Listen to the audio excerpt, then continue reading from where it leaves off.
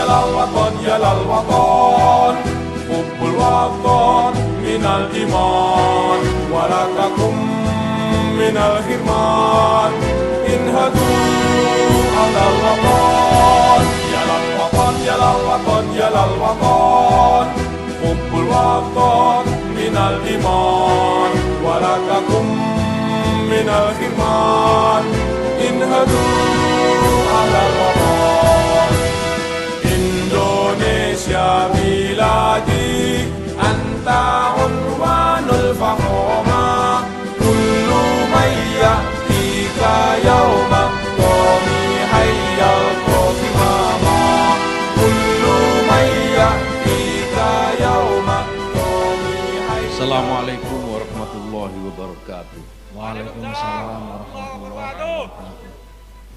Alhamdulillahirabbil alamin. Wassalatu wassalamu ala asrofil anbiya wal mursalin Sayyidina wa maulana Muhammadin wa ala alihi wa sahbihi ajma'in. Amma ba'd. Sahabat-sahabat pimpinan pusat yang hadir secara fisik di Rembang maupun yang hadir secara virtual, saya hormati dan saya banggakan seluruh kader Gerakan Pemuda Ansor dan Barisan Ansor Serbaguna yang hari ini juga mengikuti apel kebangsaan ini secara virtual di seluruh Indonesia. Dan wabil khusus saya ingin sapa dulu sahabat-sahabat yang hari ini melalui perwakilan-perwakilannya mengikuti apel ini, baik secara fisik maupun secara virtual. Ini apel dengan model baru dan saya yakin baru Gerakan Pemuda Ansor dan Barisan Ansor Serbaguna yang mampu dan bisa melakukan apel seperti ini. Saya akan sapa sahabat saya dari zona Maluku, Papua, sahabat-sahabat Papua Barat, Papua, dan Maluku yang ikut hadir bersama kita. Selamat siang, semoga semua sehat sahabat-sahabat sekalian. Sahabat-sahabat dari zona Nusra, dari Bali dan NTT juga bergabung bersama kita. Sahabat-sahabat dari zona Sulawesi, panitia melaporkan dari Gorontalo, Sulawesi Selatan, dan Sulawesi Tenggara ikut melakukan apel bersama kita. Kemudian sahabat-sahabat dari zona Kalimantan, Kalimantan Selatan, Kalimantan Barat, dan Kalimantan Tengah bergabung juga bersama kita. Sahabat-sahabat dari zona Sumatera, ini yang paling banyak. Sahabat dari Riau, sahabat dari Kepulauan Riau, lalu sahabat-sahabat dari Jambi, sahabat-sahabat dari Bengkulu, sahabat dari Bangka Belitung, juga sahabat-sahabat dari Sumatera Barat, sahabat-sahabat dari Lampung, juga sahabat-sahabat dari Sumatera Utara. Kemudian saya juga harus menyapa sahabat-sahabat kita yang siang hari ini ikut bergabung mengikuti apel kebangsaan dari zona luar negeri. Sahabat-sahabat PC Gerakan Pemuda Ansor Taiwan, sahabat-sahabat PC Gerakan Pemuda Ansor Korea Selatan, sahabat-sahabat PC Gerakan Pemuda Ansor Malaysia, dan sahabat-sahabat PC Gerakan Pemuda Ansor Cabang Mesir. Sahabat-sahabat sekalian, bersama kita juga hadir mengikuti apel virtual kepala-kepala daerah yang juga merupakan kader Ansor, kader Barser. Bersama kita bergabung ada Bupati Batang, sahabat Wihaji. Bersama kita juga ikut bergabung Bupati Pasuruan, sahabat Gus Irsad. Dan sahabat-sahabat kita yang lain yang mengikuti virtual, secara virtual yang tentu tidak bisa saya sebut satu persatu. Sahabat-sahabat sekalian, tentu yang pertama mari kita panjatkan puji syukur kehadirat Allah SWT. Alhamdulillah, Sampai siang hari ini kita masih diberikan kesehatan, kita masih diberikan kekuatan sehingga kita semua bisa bersama-sama mengikuti apel kebangsaan yang diselenggarakan secara virtual ini dalam keadaan tidak kekurangan suatu apapun. Meskipun kita tahu bahwa pandemi COVID-19 ini membatasi ruang gerak kita, membatasi aktivitas-aktivitas kita.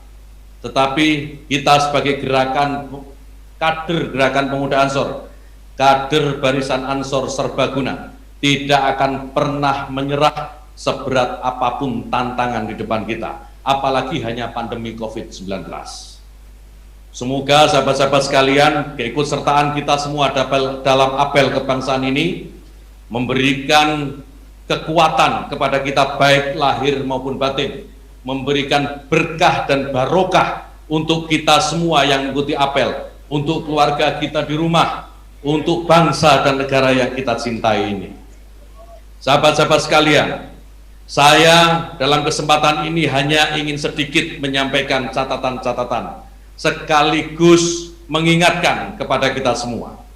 Yang pertama, saya ingin mengingatkan kepada diri kita dan sahabat-sahabat seluruh kader Ansor dan Banser, baik yang ada di Indonesia maupun di luar negeri, bahwa kita sebagai kader Gerakan Ansor, Gerakan Pemuda Ansor dan Barisan Ansor Serbaguna memiliki dua tanggung jawab inti, yaitu pertama tanggung jawab kepada Negara Kesatuan Republik Indonesia, negara yang dideklarasikan, ikut diperjuangkan oleh para muassis Jam'iyah Nahdlatul Ulama. Yang kedua tanggung jawab kepada para ulama, para kiai-kiai kita. Oleh karena itu sahabat-sahabat sekalian, dalam masa pandemi ini saya ingatkan kepada saya dan kita semua untuk kita terus menjaga kiai-kiai kita, jaga kiai-kiai kita dari terutama pandemi COVID-19 ini. Sahabat-sahabat sekalian, tidak perlu sowan dulu kepada kiai-kiai. Kita bisa ngalap barokah dari rumah. Kalau dalam situasi tertentu kita harus ketemu dengan kiai-kiai kita, hindari kontak fisik secara langsung. Dengan ini sahabat-sahabat sekalian, kita ikut menjaga kiai kita. Kita menjaga kiai kita bukan hanya dari ancaman-ancaman, ya, bukan hanya dari ancaman-ancaman yang ditimpakan kepada kiai-kiai kita, bukan hanya dari bulian-bulian yang ditujukan kepada kiai-kiai kita, tetapi kita juga memiliki kewajiban untuk menjaga kiai-kiai kita dari pandemi COVID-19 ini.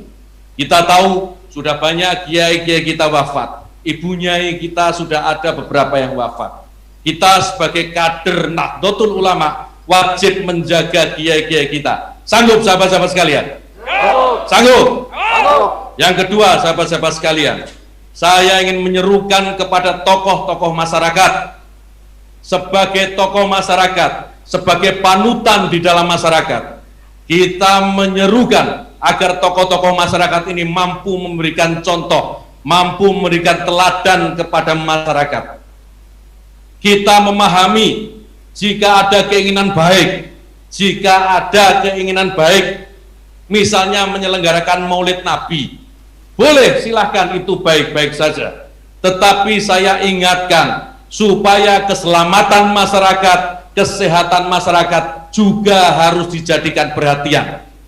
Jangan karena merayakan Maulid Nabi, jangan karena ingin merayakan hari lahir Nabi junjungan kita, kemudian kita menafikan keselamatan dan kesehatan masyarakat. Kita minta kepada tokoh-tokoh masyarakat untuk menjadi contoh, untuk menjadi teladan. Jangan ada kumpul-kumpul seperti yang di Petamburan tempo hari, sehingga banyak warga yang sekarang terkena COVID-19. Itu menunjukkan bahwa tokoh-tokoh yang di sana tidak peduli dengan keselamatan masyarakatnya. Kita tidak ingin kejadian itu terulang kembali. Cukup Petamburan itu pertama dan terakhir. Tidak ada lagi pertemuan-pertemuan yang mengatasnamakan apapun, hatta atas nama merayakan hari besar keagamaan, itu membawa resiko untuk masyarakat.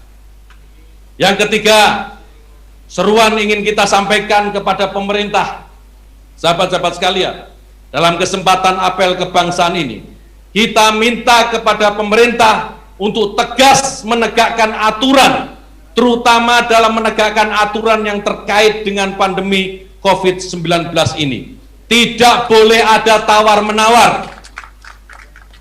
Kita tidak peduli, pemerintah ini harus tegas. Tidak peduli yang melanggar itu habaib, yang melanggar itu kiai, yang melanggar itu gubernur, yang melanggar itu wali kota, atau tokoh ansor banser sekalipun. Jika protokol kesehatan dilanggar, kita desak pemerintah untuk bersikap tegas, tegakkan peraturan, tegakkan hukum. Tidak usah takut, tidak usah takut. Kita desak pemerintah, tegakkan peraturan ini. Ini penting demi keselamatan seluruh warga bangsa ini. Sahabat-sahabat sekalian, yang kemudian yang harus saya juga sampaikan kepada sahabat-sahabat sekalian dan kita semua.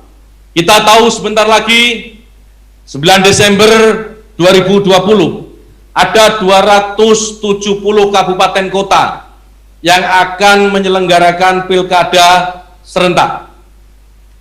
Saya berharap sahabat-sahabat sekalian sebagai kader Ansor dan Banser ikut mensukseskan pilkada 2020 9 Desember nanti. Ikut mensukseskan dalam arti sahabat-sahabat sekalian tidak boleh meninggalkan protokol kesehatan yang sudah dijadikan bagian dari aturan pelaksanaan pilkada.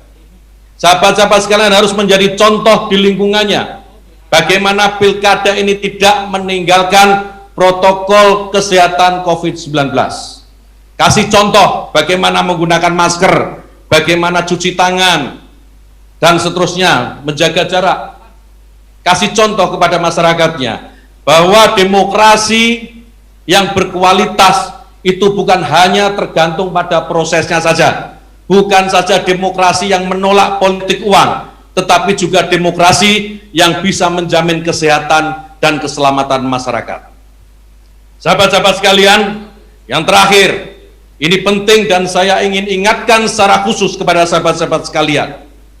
Dalam merespon dinamika sosial politik yang ada di negara kita belakangan ini. Sahabat-sahabat sekalian, kita dengar, kita baca, kita tahu. Beberapa hari yang lalu, di Sigi, Sulawesi Tengah, ada satu kelompok yang mengatasnamakan Islam, membunuh, menggorok, menyembelih saudara-saudara kita yang berbeda keyakinan, mengatasnamakan agama. Sahabat-sahabat sekalian, kita sebagai kader Ansor, sebagai kader Gerakan Pemuda Ansor, sebagai kader Barisan Ansor Serbaguna, kita akan ingatkan kepada kelompok-kelompok seperti ini, hentikan perilaku kalian atau akan berhadapan dengan Barisan Ansor Serbaguna. Kita kader Barisan Ansor Serbaguna siap bersama-sama dengan TNI dan Polri menghadang mereka, menghancurkan mereka, menghabisi mereka. Tidak ada yang boleh tegak berdiri di negeri ini mengatasnamakan kesewenang-wenangan, mengatasnamakan bahwa apa yang mereka yakini adalah hal yang paling benar. Mereka yang menganggap bahwa agama yang mereka yakini adalah agama yang paling benar, sementara yang lain adalah salah. Oleh karena itu perlu diperangi. Maka mereka kita pastikan akan berhadapan-hadapan dengan kader-kader Gerakan Banser, Gerakan Pemuda Ansor, dan Barisan Ansor Serbaguna. Kita bersama TNI dan Polri tidak pernah mundur selangkah pun, tidak pernah surut sedikit pun menghadapi kelompok-kelompok seperti ini. Oleh karena itu sahabat-sahabat sekalian, dalam kesempatan ini kita serukan kepada aparat penegak hukum, segera tindak pencoleng-pencoleng agama yang ada di Sulawesi Tengah. Mereka yang membunuh saudara-saudara kita di Sigi, segera tindak. Aparat keamanan tidak boleh ragu. Jangan takut. Barisan Ansor Serbaguna dengan 7 kader yang ada di seluruh Indonesia siap berada di sebelah kawan-kawan TNI dan Polri untuk menindak mereka. Sahabat-sahabat sekalian, siap bersama-sama TNI dan Polri mengamankan negara ini. Siap mengamankan negara ini dari pencoleng-pencoleng agama bersama TNI dan Polri. Siap. Sahabat-sahabat sekalian, Hari ini juga ada kelompok-kelompok yang mengatasnamakan agama. Mereka mengatakan bahwa apa yang mereka lakukan ini adalah memperjuangkan kepentingan agama. Ada yang mengatasnamakan Islam. Ada tokoh yang lama pergi tiba-tiba datang ke Indonesia, pulang kembali ke Indonesia, dan dia mengatakan sekarang dia sedang menegakkan kejayaan Islam, sedang menegakkan cita-cita Islam. Sahabat-sahabat sekalian, jangan pernah percaya dengan orang seperti ini. Jangan pernah percaya dengan orang yang mengatasnamakan perjuangannya untuk Islam. Apa yang mereka lakukan, sahabat-sahabat sekalian, justru merusak Islam. Apa yang mereka lakukan hanyalah menggunakan Islam sebagai kedok, sebagai topeng untuk merebut keinginan mereka menguasai panggung-panggung politik. Oleh karena itu, sahabat-sahabat sekalian, buat kader Banser, buat kader Gerakan Pemuda Ansor, tidak ada kata lain. Buat orang-orang seperti ini, yang harus kita lakukan adalah kita melawan mereka. Kita melawan mereka. Kita melawan mereka. Sahabat-sahabat sekalian, tidak ada. Jika mereka mengatakan mereka akan menyelamatkan Indonesia, mereka akan menyelamatkan negeri ini atas nama Islam, tidak ada. Jangan pernah percaya. Berkali-kali saya selalu katakan, Indonesia ini tegak berdiri bukan hanya karena Islam. Negara Indonesia ini berdiri juga tegak karena bersama-sama dengan saudara-saudara kita Kristen, saudara-saudara kita Katolik, Hindu, Buddha, Konghucu, dan seterusnya. Mereka semua ikut berjuang bersama-sama umat Islam dalam memerdekakan negeri ini. Saya selalu katakan, tidak ada Indonesia tidak ada Islam, tidak ada Indonesia jika tidak ada Katolik, tidak ada Indonesia jika tidak ada Kristen, tidak ada Hindu, tidak ada Buddha, dan seterusnya.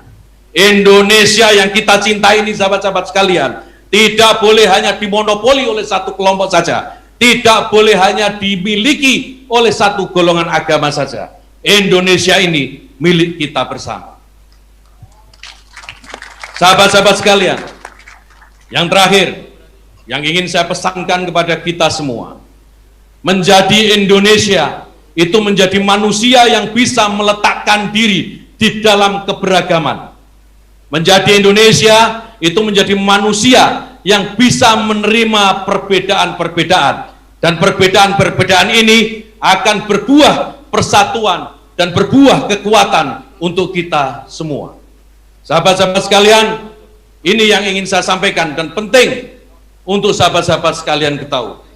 Yang terakhir, sahabat-sahabat sekalian, untuk menyatukan kita dengan generasi-generasi yang sudah meninggalkan kita, untuk menyambungkan dengan generasi-generasi yang akan hadir, yang akan lahir bersama-sama kita nanti, juga untuk menyambungkan diri kita dengan sahabat-sahabat kita di seluruh Nusantara, menyambungkan kita dengan sahabat-sahabat kita yang ada di luar negeri. Saya ingin menyapa sahabat-sahabat sekalian dengan sapaan kebanggaan kita. Siapa kita? Siapa kita? Siapa kita? NKRI, NKRI, NKRI, Pancasila, Pancasila, Pancasila, Nusantara, Nusantara, Nusantara, Aswaja. Allahul muwaffiq ila aqwamit thoriq. Assalamualaikum warahmatullahi wabarakatuh. Engkau panji martabatku, siapa datang mengancammu, kan binasa di bawah tulimu. Siapa